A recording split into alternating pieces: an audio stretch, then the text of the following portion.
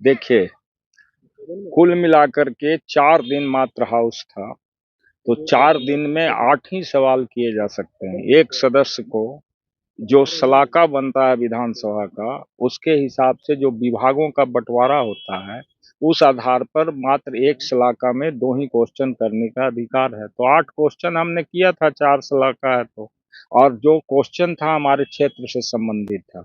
एक हमारे यहाँ जो जन्म मृत्यु पंजीकरण के रजिस्ट्रार हैं, उनके द्वारा जन्म मृत्यु प्रमाण पत्र निर्गत करने में भ्रष्टाचार हो रहा है, पैसा लिया जा रहा है आम लोगों से, और जीवित आदमी को वो मृत्यु प्रमाण पत्र दे देते हैं और मृत आदमी को जीवित कर देते हैं।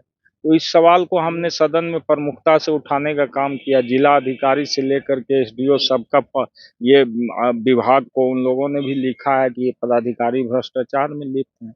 लेकिन सर उस प्रश्न का भी जो उचित जवाब आना चाहिए था नहीं आया। कहते हैं कि आरोप उनके खिलाफ विभाग में आया है, हम उनसे स्पष्टीकरण मांग रहे हैं। कब तक स्पष्टीकरण देगा भाई? एक भ्रष्टाचारी पदाधिकारी को आप बचा करके रखना चाहते हैं जो गरीबों को लूटना चाह रहा है।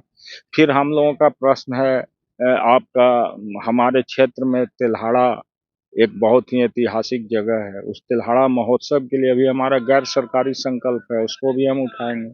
अभी आप देख रहे होंगे कि ये जो एनएच बना है जहानाबाद से बिहार शरीफ तक, उसमें एकंगरसराय से तिल्हाड़ा तक 11,000 वोल्ट तार का सब पोल गाड़ के तार बिछाया जा रहा है।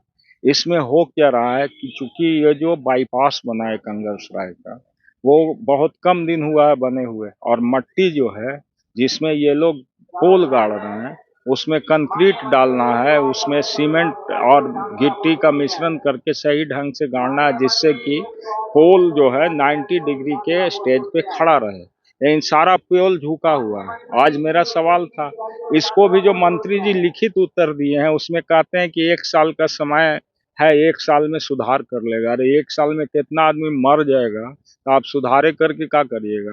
कोई फायदा तो होगा नहीं। तो इस तरह से जनहित के मुद्दों को तो हम लोग उठाना चाहते हैं, लेकिन ये लोग नकारने का काम कर रहे हैं। हमारे यहाँ सड़कों की स्थिति है कि एकल संपर्कता पथ का हमारे यहाँ बहुत सारे सड़क हैं जो अभी तक छूटे हुए हैं। उस संबंध में भी प्रश्न है हमारा। बार बार मंत्री जी कहते हैं कि हम सर्वे करा रहे हैं। 1 साल से सर्वे ही हो रहा है। कौन सा सर्वे हो रहा है भाई? सर्वे का कोई रिपोर्ट नहीं, कहते हैं उसी आधार पर कार्रवाई करेंगे। और सरकार दुरंगी नीति क्या अपनाती है?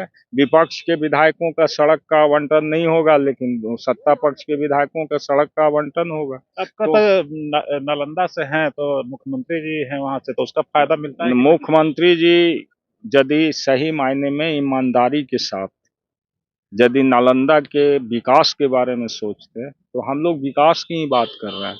नालंदा का आज बहुत ढिंढोरा पीटा जाता है बिहार में कि बहुत मुख्यमंत्री जी ने विकास कर दिया। लेकिन आप भी नालंदा से आते हैं, नालंदा का वस्तु स्थिति को देखिए आप। राजगीर छोड़ करके नालंदा में कहीं कोई विकास नहीं हुआ, और राजगीर को पर्यटन के नाम पर इन्होंने सुंदर बनाने का काम किया, इसके लिए उनको धन्यवाद भी है। लेकिन जो पिछड़ा इलाका है, खास करके नालंदा जिला का जो पश्चिमी इलाका है, वो आज भी इंफ्रास्ट्रक्चर नहीं है। कई गांव में सड़क नहीं है हमारे यहाँ, कई गांव में पेयजल की व्यवस्था नहीं है, नल जल बंद है। और उसके बाद सरकार कह रही है कि हम विकास कर दिए।